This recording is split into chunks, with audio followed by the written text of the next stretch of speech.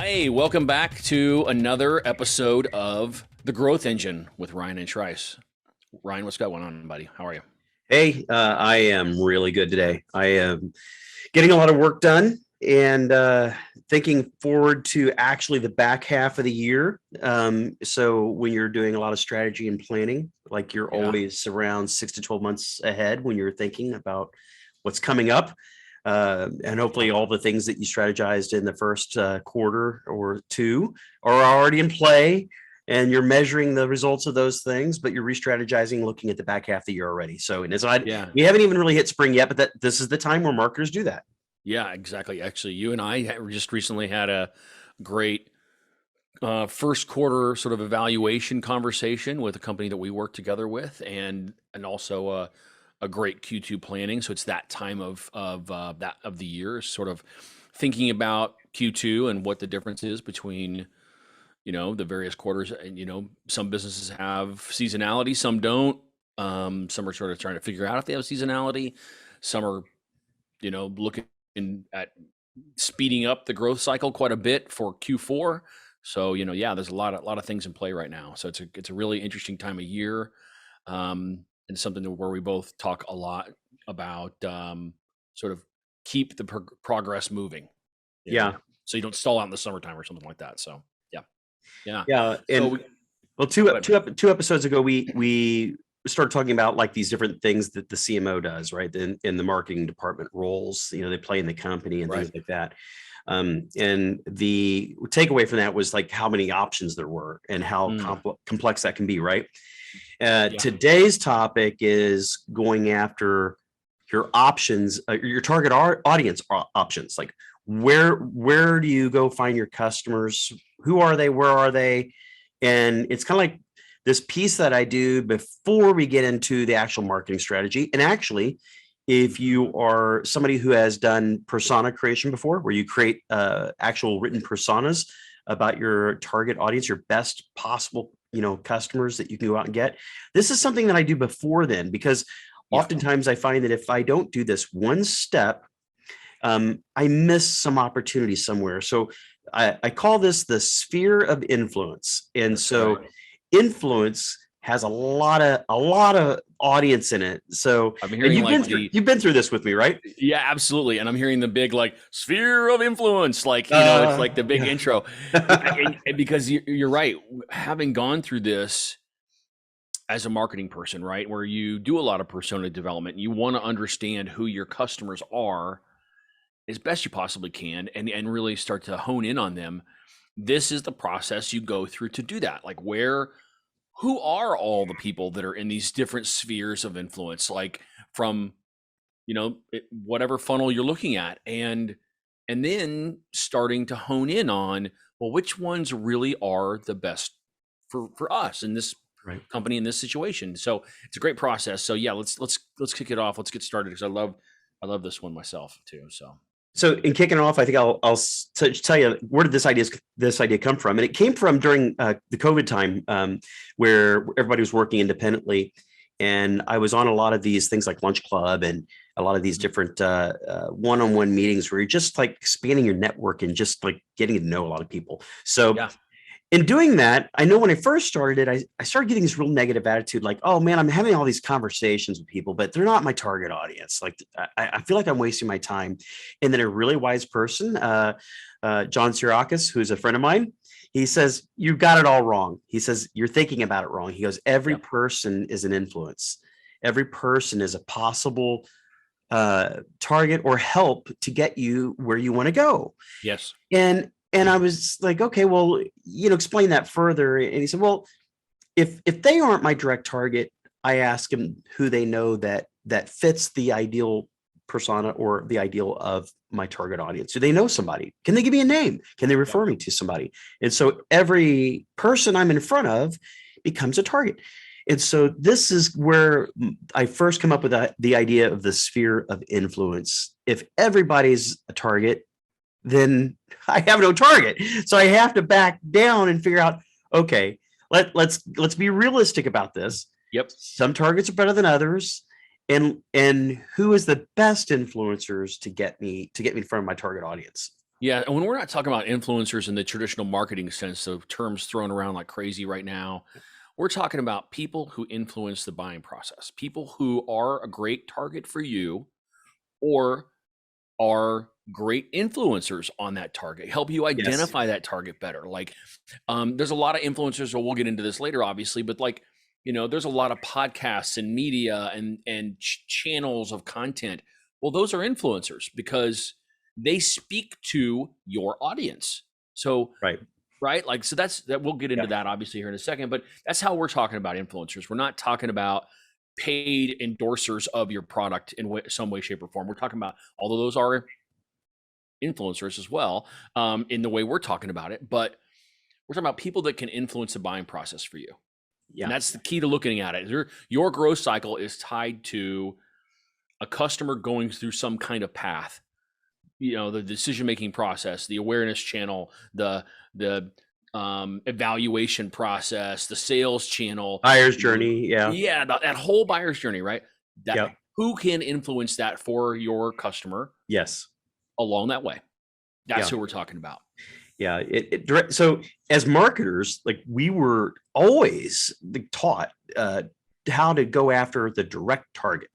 And so Yeah. in order to keep it from being confusing with leadership teams that I've worked with, right, in the sphere of influence workshop, then I like the way I said that. I need an echo. Yeah. We're getting a sound effect in here somewhere. It's Yeah. gonna happen. Yeah. So what I do is on the board, I immediately draw up like, so what tier 1 and tier 2 looks like in this influence sphere, right? Direct targets. So the first two categories I go after are direct targets. Let's get them out of the way, people. Let's get them out of our head. Tier 1 is right here. It's our number 1 tier target, direct targets. Number 2 is right next to it. It's our like a secondary tier. Like there's still good customers, but they might be the very top guys we go after. Yes. And what's really cool about this is we start brainstorming who's our ideal customer. Like we think about, we actually come up with the names of people that we really enjoyed working with, right? And that gets into a little bit of persona type of exercise where it's the ideal customer. But as we start thinking about our best products and services we deliver, and then the types of people that we commonly deal with there, we start to come up with, the tier 1 and tier 2. And sometimes that's a mixture between the first person who calls to set up the appointment, so like the researcher to find out who they might hire to do something, to the actual decision maker, because oftentimes the sphere of influence is both people. And we need to be prepared for both of those people and make sure our content and marketing goes after them, right? But what's really cool about this exercise is you always do these two columns next to each other, tier 1 and tier 2. The reason why is because when you're writing out the answers to what people are saying, and you usually come up with their actual role, like their title. The titles is what you're looking for in this exercise. Sure. Right. And so you'll start to come up with these titles and you'll start dropping them in tier 1 and tier 2. But as the leadership teams actually see them, visually, they start trading them back and forth. And this really great discussion happens about why somebody's better than the other. And it's them kind of like right sizing everything to get people in the right columns, because past this tier 1 and tier 2, we're done with direct targets. We go into this stuff, but tier 1 usually comes up with somewhere between 3 and 5 direct targets. And then tier 2, same thing. But then I say, okay, now I'm going to actually ask you to put them in a hierarchy. I want you to actually tell me who's number 1, who's number 2. And boy, that gets really interesting, because it hardly ever comes out the way that the CEO or the individuals on the leadership team actually thought it would. It hardly ever results in that. And that's where I know I've actually hit a home run for this group, right? We've come up with they thought it was somebody else. And now they can prepare marketing and sales strategies to go after this newly identified best target. Yes. What I like about this process myself is, as you start, so the first phase, right, you really are trying to identify the types of people, and then you start to evaluate them. And when you get into this evaluation, because there's a really big difference between tiers 1 and 2 and everyone else. Yeah. Tiers 1 and 2 are customers. These are people who can buy. They're not future buyers. They're not people who are tertiary sort of buyers who might buy in some kind of cycle because they've been influenced by tiers 1 and 2, and they're not influencers of the process. These are buyers. And so you really start to identify like which ones are most important to you.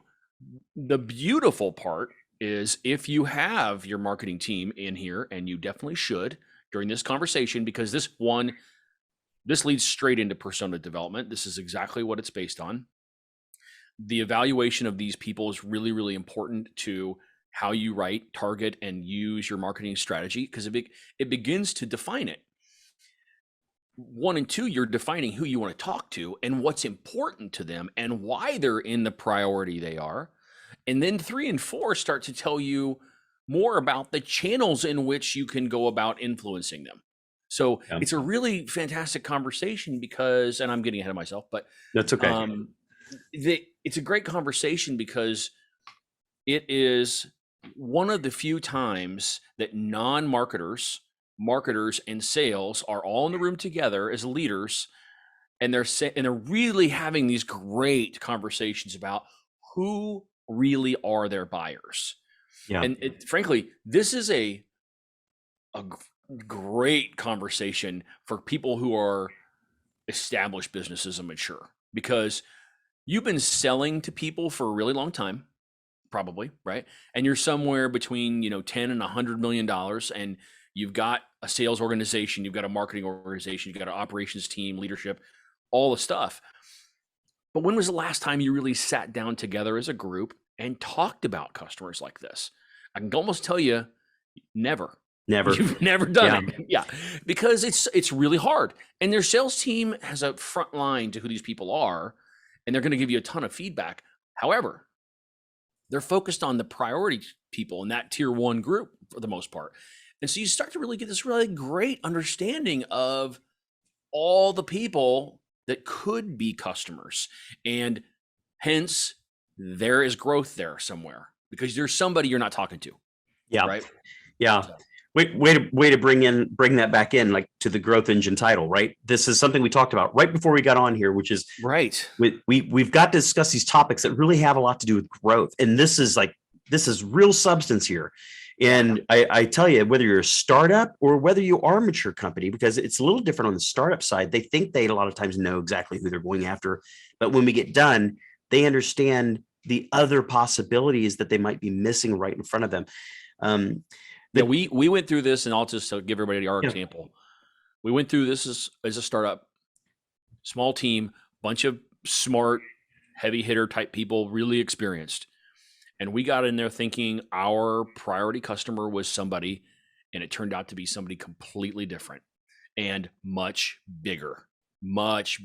And what a great conversation. And it changed our understanding of what our sales cycle was going to look like, our sales process, our marketing, like our scalability, everything, changed everything. And we would not have gotten there without this conversation. We would have dove in with some preconceived notion. We would not had any persona development, from the get-go. We probably would have done it later on. Well, if we did, it would have been the wrong one. We would have spent all this time developing that persona and creating content out for these personas that were the wrong ones. Yeah. And it's not that the content, not that the strategies and everything would have been bad and unusable. No, it just wasn't as targeted, and the opportunity for growth wasn't the same. And I think that's what people coming into this is, if you're established, you're at risk because you've thought for a long time who your customers are, or you've let the customer sort of process come to you a little bit, or let your sales organization drive it. And if you've not had these like deep conversations on who customers really are and where they live, how do you reach them? You're missing out on a huge opportunity. Frankly, this is what, the difference between diving in and selling to somebody and having a marketing strategy and having dialogue on these types of things is so important, because you get these people in the same room at the same time, and all of a sudden the can of worms comes open and you're like, whoa, this is totally different than what I thought it was going to be. You brought up something really important. You were talking about bringing people into this meeting. So typically I am working with the leadership teams Sure. only. Yeah. However, there are certain workshops that I do, like I call in ahead. I like, you might want to schedule multiple salespeople into this meeting because they're research for us. They've actually been customer facing. They can answer some of those questions. I like that they can bring in that real, like gritty, real world experience on the street with the customers type of thing.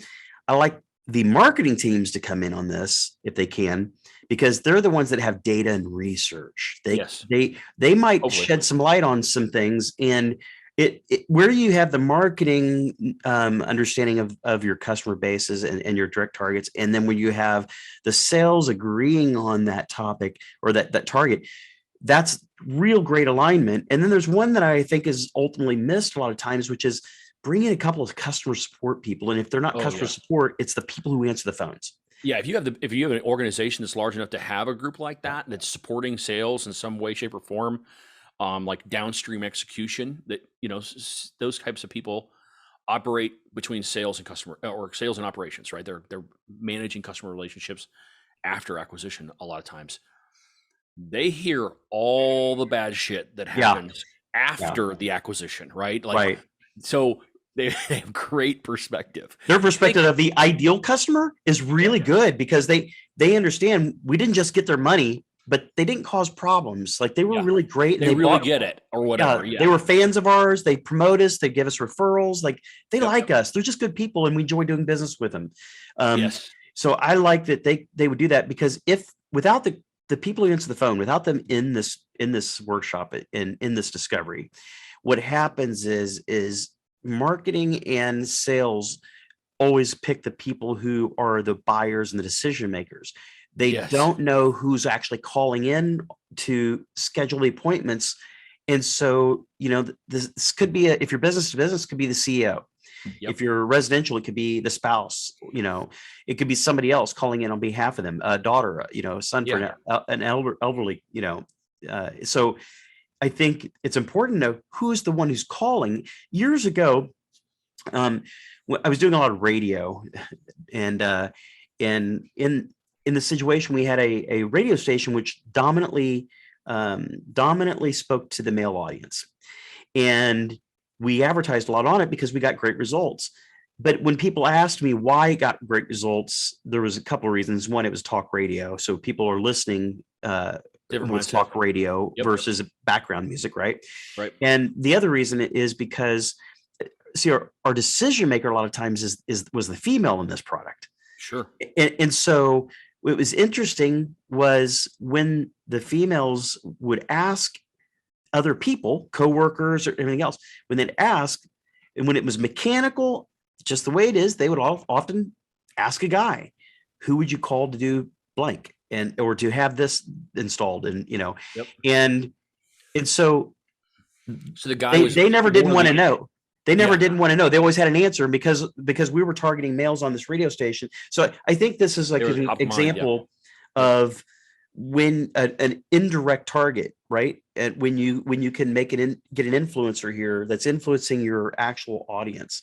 But I think the thing is really interesting there. You said a couple things. I've been on the both B2B and B2C side of this, and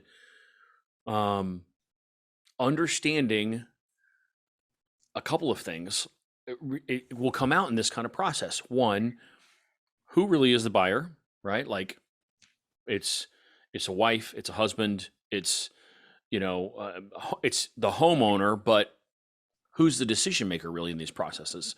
That's an interesting dynamic for sure.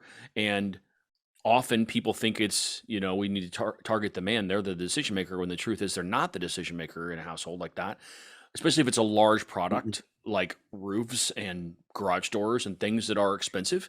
There's a lot of discussion when you're talking about thousands of dollars for your home, right? Like it just is.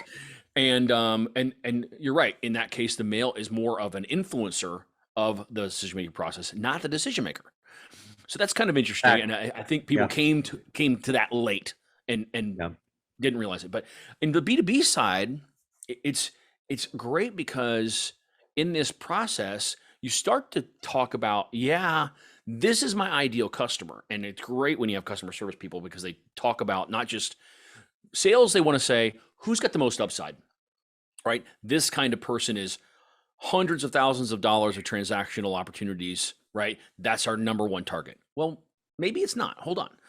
Marketing might say, well, this is the easiest for us to influence. It is a big audience. There's a lot of ways to reach them. It's very inexpensive to reach them. We can do a lot with this kind of a person.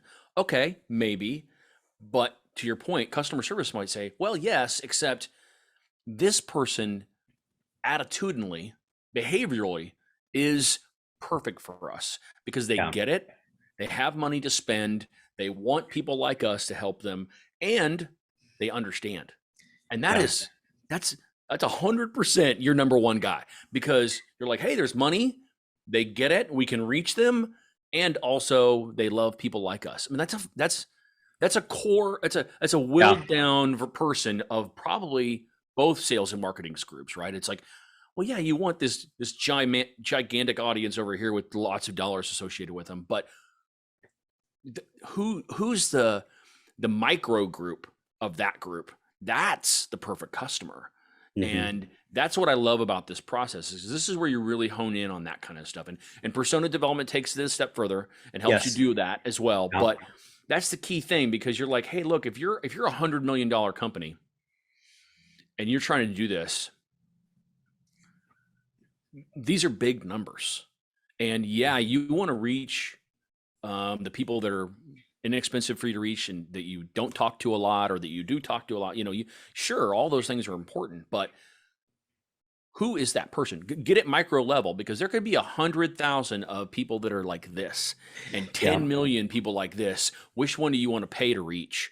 You want to pay to reach the 100,000 because that's money well spent right there. One of the workshops I did that the outcome was really, really great in that we had, when we got to tier one and we were saying like, who's the number one, who's number two. We had this one persona that was down low and, he went up all the way to the top.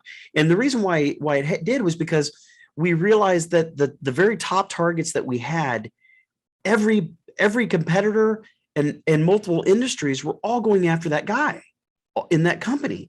And, it was a property management type of role, right? Everybody was going after them. And so we talked to one of the sales guys. He said, oh man, this other persona that is down at the bottom, he's always available. They love talking to us. And if we just like care about their project and care what they need done, and we can do it without a lot of pain and without him having to do too much. Right. The closing percentage will be like 90 to 100%. Like, yeah, because you're talking to somebody that nobody else talks to, and they love it. Yeah, it's a position that nobody really targets. And so that's the beautiful part about this conversation is, and I'll make one other point, and then we can move forward. But the beautiful part about this conversation is you start to get in the weeds about these people, and you start to find groups like that where you're like, nobody else is talking to these people about what we do, right? Yes, like in our industry, our competitive set is not going after, they all think it's CEOs, right? Well, I mean, it might be, but there are these core groups of people in your markets that, one, they're either like the initiator of this kind of a project, the person that's asking the CEO to evaluate you and sign off on a budget and give you the opportunity to influence it with the CEO. So, and ultimately they are the client, right? Like for advertising agencies and marketing agencies, I was CMO. I'm the client. They want me to be their internal advocate, even though I may still have to go to the CEO and get approval to spend X amount of dollars on this marketing agency to help us do something. And the CEO is going to want to meet them for sure, but they're going to rely on me to own that relationship. And I am the client. So it's exactly like what you're talking about. And I think what the other part of this is, and this is my last point, is often in these conversations, you realize other industries. So you're like, here's the core person, and they're my ideal target in SaaS software, or technology or whatever, right? And all of a sudden you're like, well, why don't we target people that also do security or networking or some other IT type of thing, right? The CTO is still touching all of those things, and we do those services, blah blah blah. I'm just talking out of my ass on this one, but I think the point is often you don't focus on all the industries you could. And this is where this customer base thing comes in, is you start to say, oh, there are actually more tier one types of our core person Mhm. in other industries that we should be targeting, and we don't. And there, again, boom, growth. Here's where growth comes in. This is the big, if the one thing we don't, if you take away one thing from this show today, it's this is the beginning of the growth stage. This is where the Yes. growth engine starts. Is we've started having good conversations about customers we are not talking to, or we don't focus on as well as we should, or we're not marketing to, or whatever, We right? get Like this is where it is. we get greedy also on like when you're thinking like the ideal customer, and you immediately think who has the most cash, who has the most money, Always cash. who Yes. who can afford. That is actually, it's not, it may be a part of the growth strategy. I found oftentimes if you're really trying to enter a market, it's not a good growth strategy because you don't have all the benefits the big guys do. And so Yeah. going after these isolated smaller targets or medium-sized targets over here Yes. may be a easier win for you, and more wins that will begin to tell the story about how good you are at what you do in order to get the next tier top guys. I had this exact conversation with somebody in the manufacturing industry, and I said, you can either be the 12th largest manufacturer of this specific kind of product and go up against multi-billion-dollar companies who completely own it and never break into the top 5, or your focus can be specialty or custom, like, and you could acquire or develop a entire gamut of products and hit the same kinds of buyers, right? But be specialty instead of mass. Mhm. And it's just an opportunity to look at your customer base differently and say, I don't have to try to be the big fish. If you're $20 million and you're in a big competitive market, the chances of you being the billion-dollar company in the next 10 years Mhm. is very unlikely. But the chances of you being the $250 million company in 10 years is 100% there. If you can balance, which one of these do you want to be? Yeah. This one's Yeah. hard as hell. And Yeah. this one might be hard as hell as well, but you're going to get your foot in a lot of doors. So I it depends on that customer buyer. Like if you can find a core group and you can serve all their needs, it's an opportunity for just good discussion at least. So I 100% agree with you, but the CEOs a lot of times won't. And here's what happens Yeah. with it. They get stuck a little bit on, and I say CEOs, sometimes it's other people on the leadership team too. Sure. They get stuck on this idea. Oh my gosh, like, why would we pigeonhole ourselves like that? Why, like, wow, like, you're overthinking this. We're coming up with a strategy for the next 12 months, not forever. We're coming up with, this is just our a 12 month, a 1 year strategy in my eyes is short term. It's a short-term strategy for sales and marketing alignment. Look, we can change that after we get done with that strategy at the end of the year. We can look at what we did, decide to continue on that path, or we can change it. This isn't locked down. Like, No. this isn't the future of your company. Only, like, sky's the limit. We're just talking about step one. Like, we're Yeah. just talking about getting out of the gate strong. That's all. And I think that's a really good point where, like I tend to look for low-hanging fruit, right? Well, what's the low-hanging fruit here? Like whichever side of the coin that might be. However, often there's some kind of common ground and steps that need to be taken to get to any of the low-hanging fruit you want. And you're like, well, I don't have to decide if I'm going over here or over here because I've got to do these 3 things first. I got to invest in equipment, or, hire the right kind of people, or, create the right kind of messaging. I need to do some things before I decide here or here. And Yeah. And why not do that? That's your next year's goal. That's your next quarter's kind of goal. That's the rock that's right in front of you, because you're like, hey, look, if I take these steps and along the way, maybe I go talk to some customers, I'm gonna get a real good sense for which one of these things I need to be doing, and I'll see if this is really an uphill battle or a low Right. hanging fruit. And if it's really low hanging fruit, what's the opportunity and what's the opportunity cost? Because that's where the evaluation of these different direct kind of markets is going to come in, is opportunity and opportunity cost.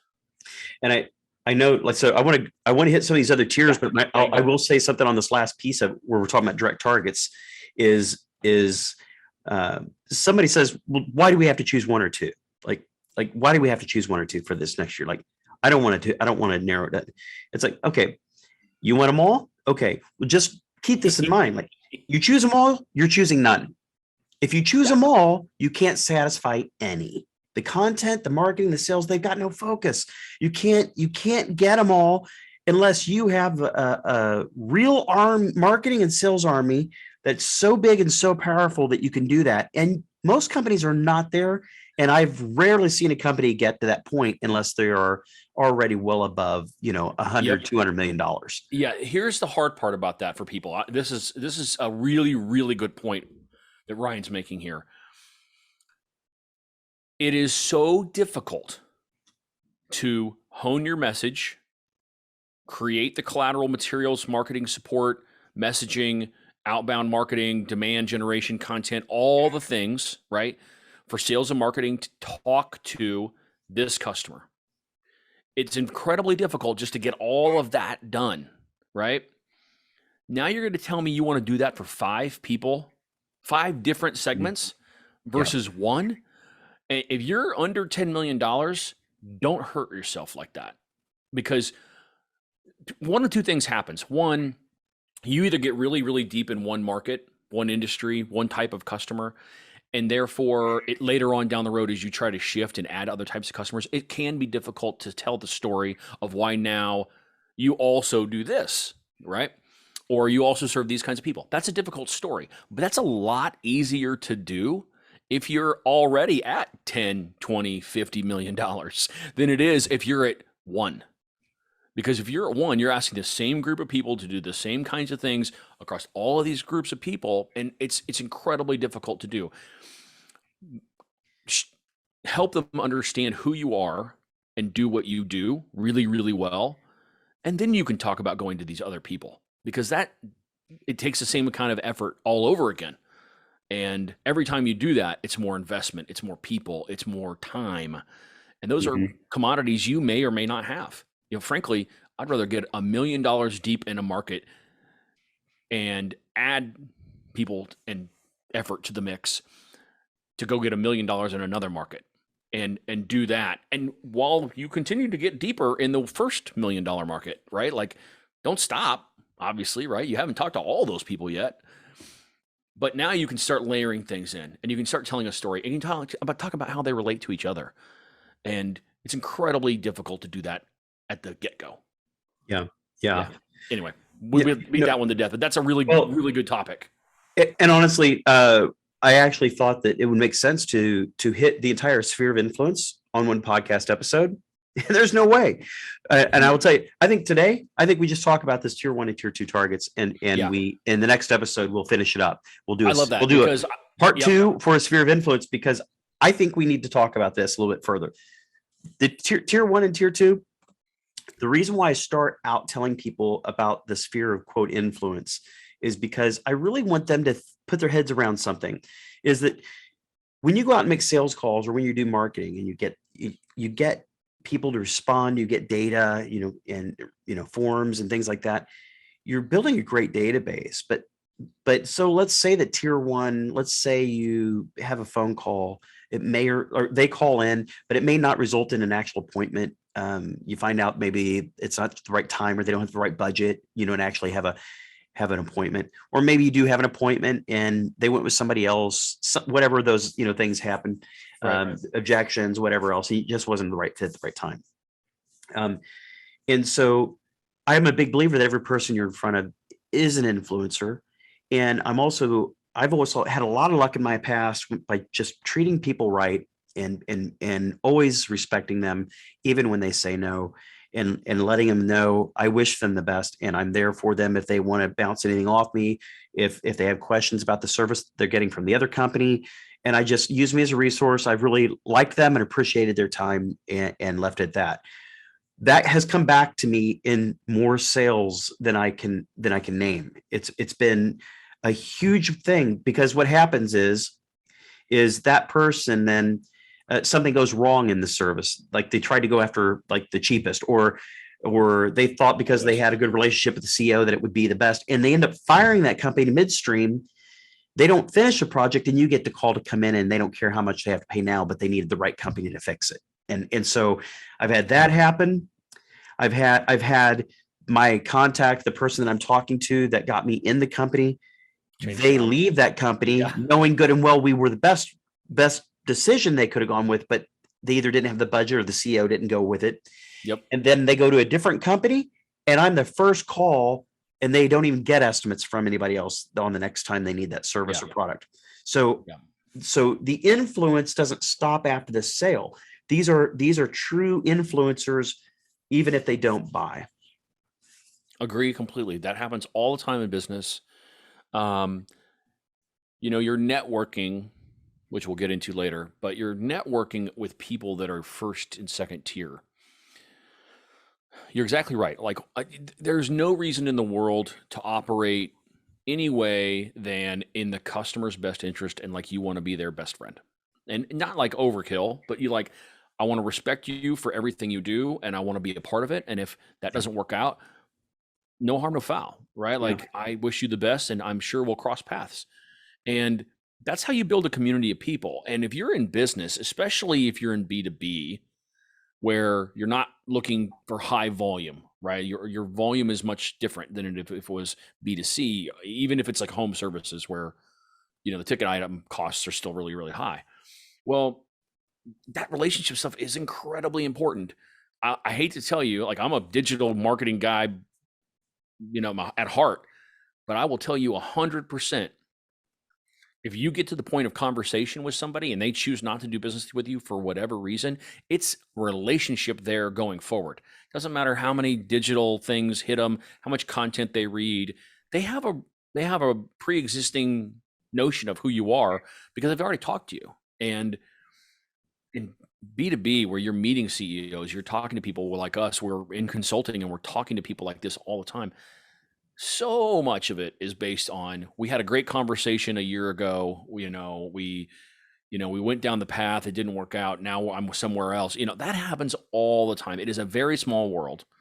I actually have a story like this. I had somebody working for me who was not happy with the company. She had been there longer than I had been. And when I came in, she wasn't very happy about the way the organization was and where it was going and the culture. And she left in a pretty bad way. Now, I wasn't the company.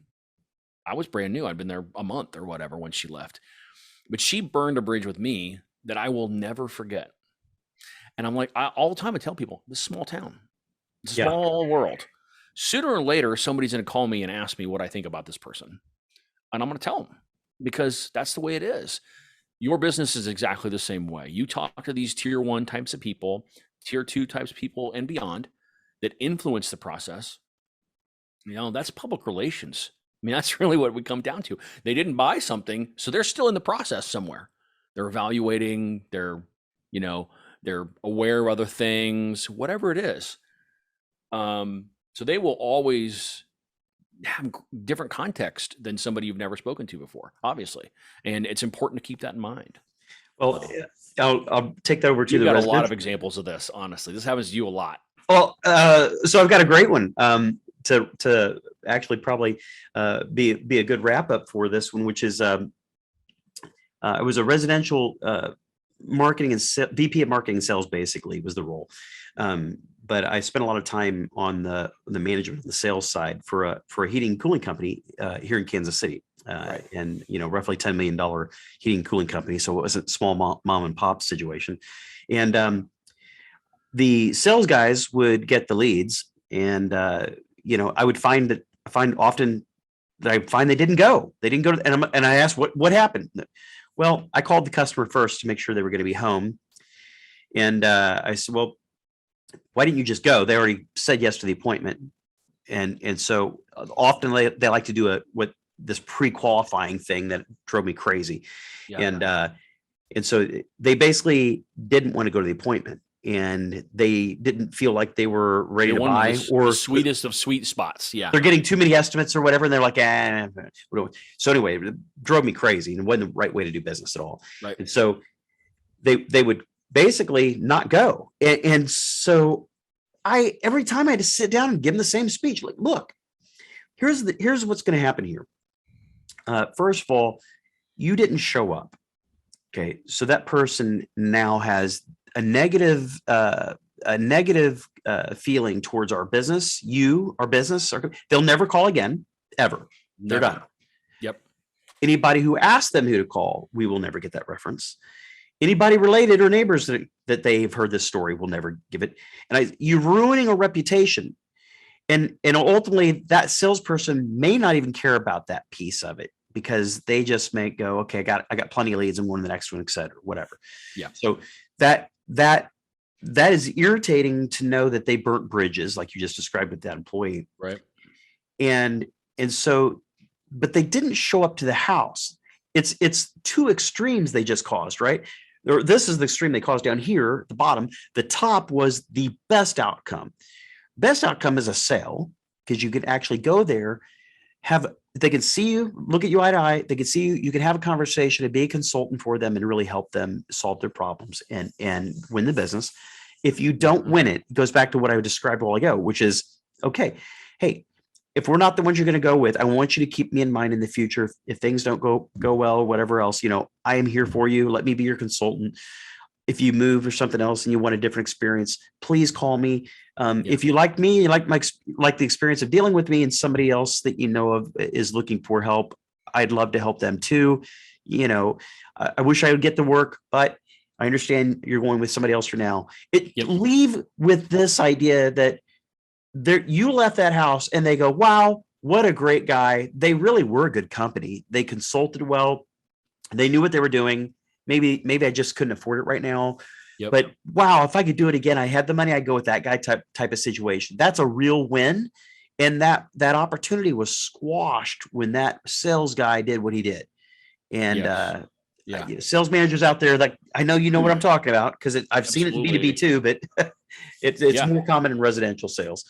Yeah, it is more common, and I've had that similar experiences. And if you're a sales leader, you have two options in these scenarios, right? It's either our marketing needs to change to hone in on who we really think is our core customer better. It's not all homeowners in this case, right? Not all homeowners, right? It's homes maybe that are, depending on the kind of service, right? Like if we're trying to sell a heating and cooling system, that's not cheap, So you're like, okay, well, maybe I have to look at people with certain levels of income or certain home values or whatever, right? And target them differently. That's fine. Totally fine. Or it's in my process of sales, I've got to qualify people differently as part of they set an appointment. I want to have somebody from customer service call them, right? Like the key thing here is we're talking about personas, or we're talking about, your sphere of influence, right? Like there are other people in your team that can go the other way with this customer, who are a sphere of influence themselves, who make this process better for you. Because the customer said, I want somebody to show up and give me a quote. Let's understand the kind of home and quote we're going to give before we get there. And maybe, so it adds time and adds people and bandwidth. But now you understand what kind of customer this is. This is a tier 1 customer or a tier 2 customer. Okay, cool. You still want your salesperson to show up, but maybe giving them more context helps them understand, and also saves them time, not doing all of this activity themselves, because you want them, frankly, in homes closing business. And I think the key in this scenario is people forget all the time, like if you are face to face in a conversation with a customer, your closing ratio is higher than if you are not. Yes, absolutely. Yeah. 100% every time it's different. So if getting into the home, like in this case, or getting on the phone, video conference call, whatever, right? Like for B2B, it's a little different. The stages are longer or different, but the same is true. Your closing ratio is higher if you can get face to face with somebody. Yeah. Yeah. You know? I agree. So yeah. Good things happen when you're good things happen when you're in front of people. That's one of my favorite sayings. Absolutely. It's true.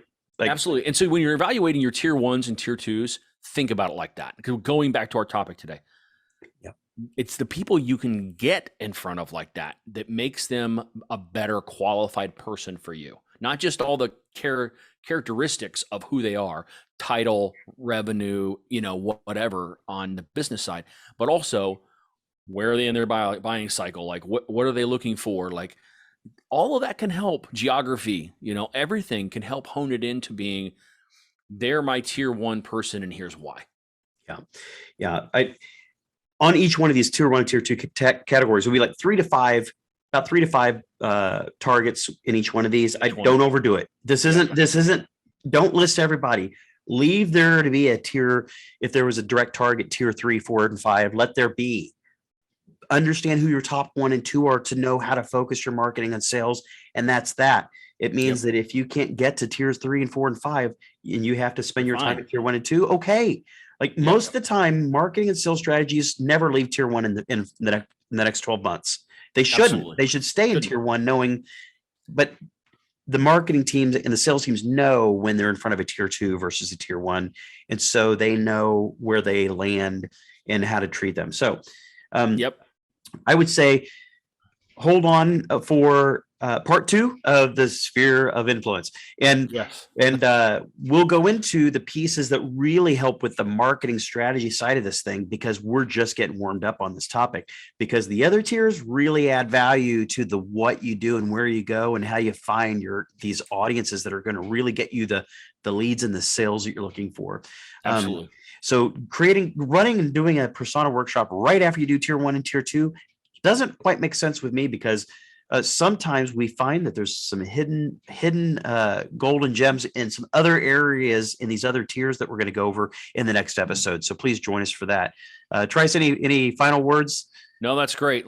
I'm looking forward to part 2 and getting this a little further, because every time we talk about these things, it just opens doors for people's minds on like, where are their customers and who are they and where's the growth? Great. We'll see you next week.